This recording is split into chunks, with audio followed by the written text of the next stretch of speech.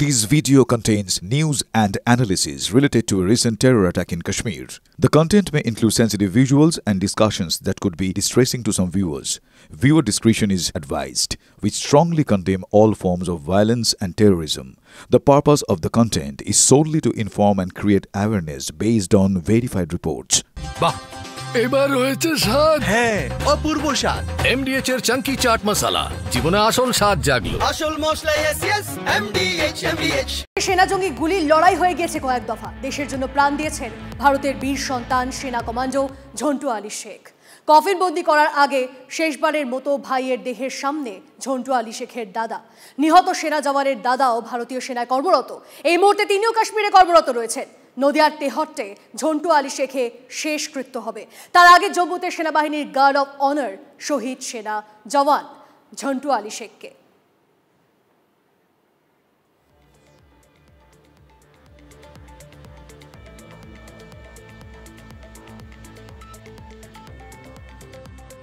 ইতিমধ্যেই আপনাদেরকে আমরা টিভি9 বাংলায় দেখিয়েছি জঙ্গি আসিফ শেখের বাড়ি কিভাবে উড়ে গেছে। আর এই মুহূর্তে দাঁড়িয়ে টিভি9 বাংলা লাইভ আমাদের রিপোর্টার জ্যোতির্ময় কর্মকার আপনাদেরকে ছবিটা দেখাবেন। কি অবস্থা সেখানে, চারপাশে যারা রয়েছেন তারাই বা কি বলছেন, সমস্ত ছবিটা এই মুহূর্তে সরাসরি জানবো আমাদের রিপোর্টার জ্যোতির্ময় কর্মকারের কাছ থেকে। জ্যোতির্ময়,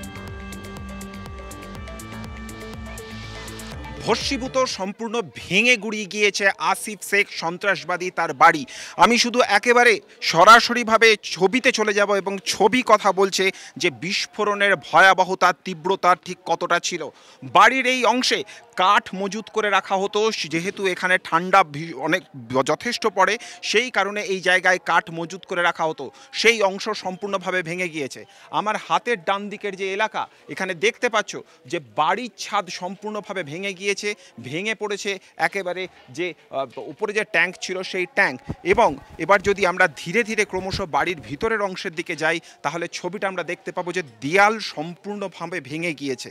হ্যাঁ, এখানে যারা রয়েছেন তারা কেউ কোনো রকম, ম্যাডাম থোড়া বাত করেंगे, এখানে যারা রয়েছেন তারা কেউ কোনো রকম কথা বলছেন না। বিশেষত মহিলারা যারা রয়েছেন তারা একেবারেই কোনো কথা বলছেন না, তারা সম্পূর্ণভাবে মুখে কুলু পেটেছেন। কিন্তু এই ভেতরের ছবিটা বলে দিচ্ছে যে বিস্ফোরণের তীব্রতা ঠিক কতটা ছিল। আর এই জায়গায় পা রেখে এই আসিফের সম্পর্কে যে খবর আমরা পাচ্ছি তা কিন্তু কার্যত চমকে দেওয়ার মতো খবর। 3 বছর আগে এই বাড়ি থেকে হঠাৎ করে বেপাত্তা হয়ে যায় আসিফ। সে কোথায় রয়েছে, কিভাবে রয়েছে, কোনো খবর কারোর কাছে ছিল না। এমনকি তার পরিবার তারা পুলিশের কাছে থানায় ডায়েরি করেছিল যে আসিফ কোথায়।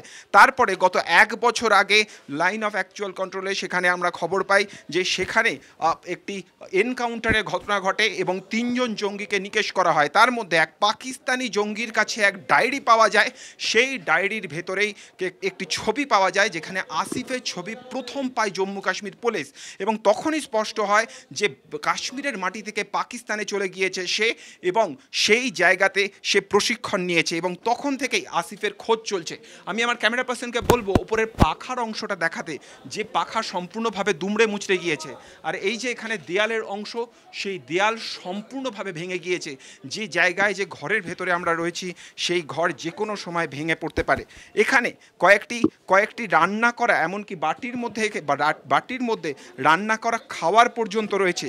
এই ঘটনাই বলে দিচ্ছে, এই রান্নাঘরের ছবিটাই বলে দিচ্ছে যে কোনো রকম খবর, কোনো রকম টের এই পরিবার পায়নি।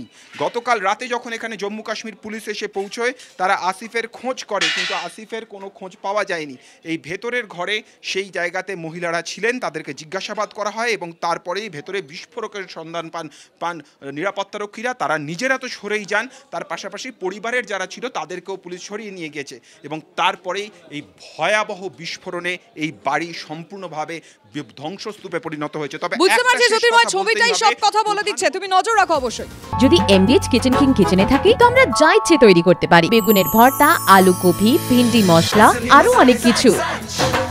এমডিএচ